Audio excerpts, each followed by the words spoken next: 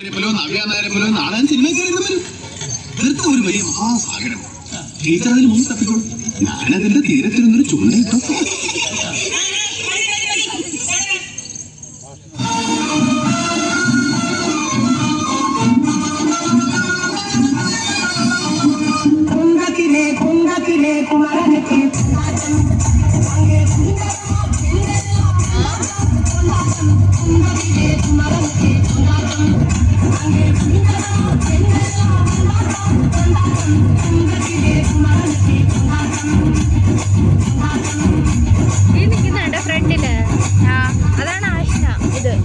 പാട്ടെന്ന് വെച്ചാ എനിക്ക് ജീവനാണ്.